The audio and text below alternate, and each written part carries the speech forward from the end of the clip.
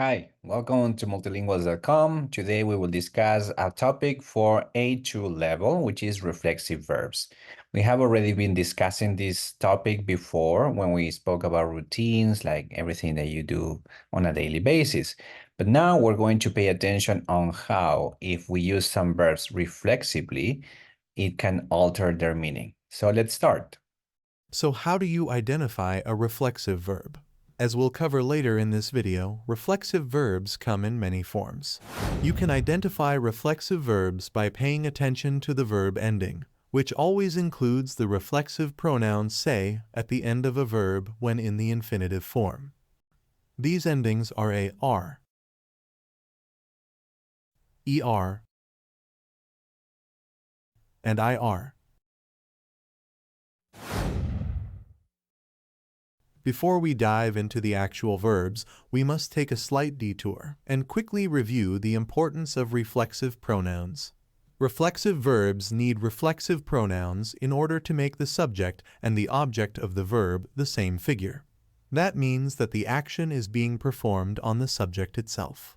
Without the reflexive pronouns, the verb will mean something else, or worse, it won't make any sense at all. Here's the chart with the reflexive pronoun endings according to each subject. Where do we place reflexive pronouns? Reflexive pronouns are typically placed before conjugated verbs. For example, Tú te afeitas todos los días. you shave yourself every day. Usualmente me despierto a las 7 de la mañana. I usually wake myself up at 7 a.m. For negative commands, the reflexive pronoun is placed in between no and the conjugated verb. No se preocupen, chicos. Todo está bien. Don't worry, guys, everything is fine. There are 3 exceptions when reflexive pronouns don't have to be placed before the conjugated verbs. A. Regular commands imperative. B. Progressive verbs. C. Infinitive forms of the verb. A. Regular commands imperative. Wake up early tomorrow. It's an important day for us. Levántate temprano mañana. Es un día importante para nosotros. B. Progressive verbs. Verbs with ing. I was washing my face, sorry. Estaba lavándome la cara, lo siento. Me estaba lavando la cara, lo siento. C. Infinitive forms of the verb. You are not going to get away with it. No vas a salirte con la tuya. Now that we nailed a basic explanation of reflexive verbs, we can examine their use in further detail. We are going to split the use of reflexive verbs into 3 categories. 1. Reciprocal reflexives. 2. Non-reflexives. 3. Natural reflexives. 1. Reciprocal reflexives. These ones are verbs used to describe an action being performed by 2 or more people at the same time, and normally on each other. Clara and Abby put makeup on each other before going out. Clara y Abby se maquillan antes de salir. 2. Non-reflexives. These ones are verbs that have a different meaning when used with reflexive pronouns, for example, to return versus to become. I return to Colombia next week. Vuelvo a Colombia la semana que viene.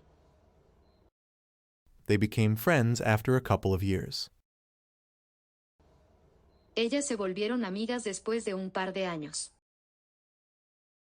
3. Natural reflexives. There are verbs which are easily identified as reflexive verbs since the pronoun se is attached to the infinitive. I regret myself for all I have done to you, meaning I feel regret for all I have done to you. Me arrepiento de todo lo que te he hecho.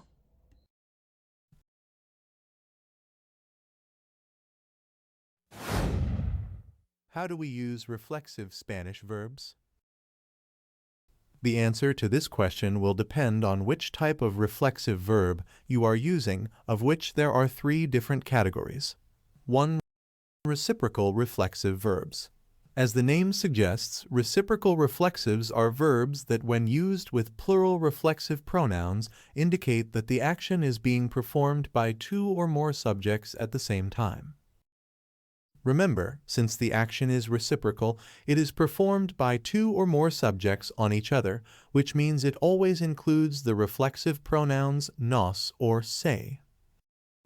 Here are some examples of the most common reciprocal reflexive verbs. To know each other. Marcos and Cristina have known each other for a long time.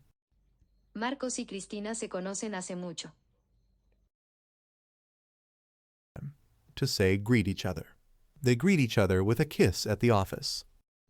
Se saludan con un beso en la oficina. To hit each other. The fighters hit each other hard. Los luchadores se golpean duro.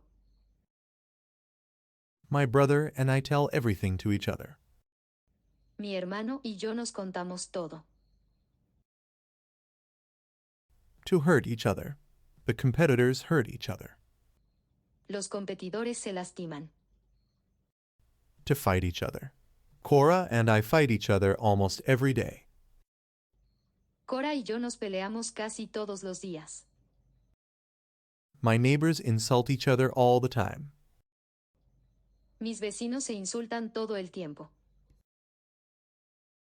You'll notice that the closest English translation for reciprocal reflexives is action verb plus each other. In Spanish, there's no need to add reciprocal phrases or words like each other or one another at the end of the sentence, since reciprocal reflexives already tell us that the action is being performed by 2 subjects on each other. The only reason you might use these words is to place emphasis on the person who is receiving the action. They love each other. Even when you don't add each other, the sentence is understood as a reciprocal action. Some verbs that aren't typically reciprocal verbs can, in the right context, be used to indicate a reciprocal action when 2 or more subjects are involved. Mariella and Sebastian eat each other up with kisses.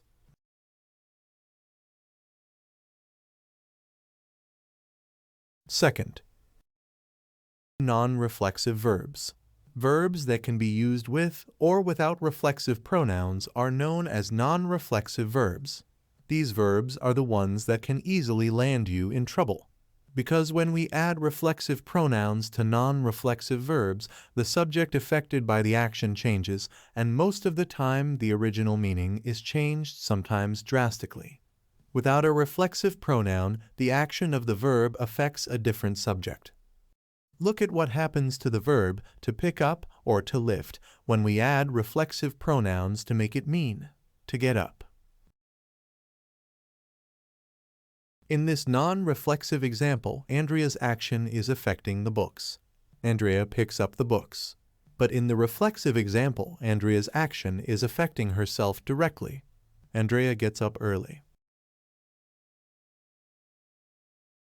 As you can see, many verbs have a completely different meaning when used with reflexive pronouns. This naturally causes a lot of confusion when you mistakenly misuse reflexive pronouns. Imagine that you agreed to meet a friend at the park. Before leaving your house, you send him a message to say that you're on the way. So you write this. Your friend would probably be confused since you just told him that you are leaving the park and he hasn't even arrived. Of course, you should have said this instead. That's a simple example of how misusing non-reflexives can land you in an embarrassing or confusing situation. Let's compare this to using a non-reflexive correctly. For example, to occupy, fill, or take up versus to take care of something.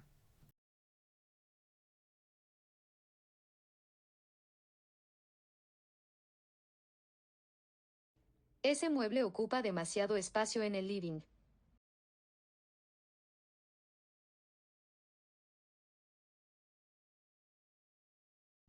Me voy a ocupar de sacarlo de acá.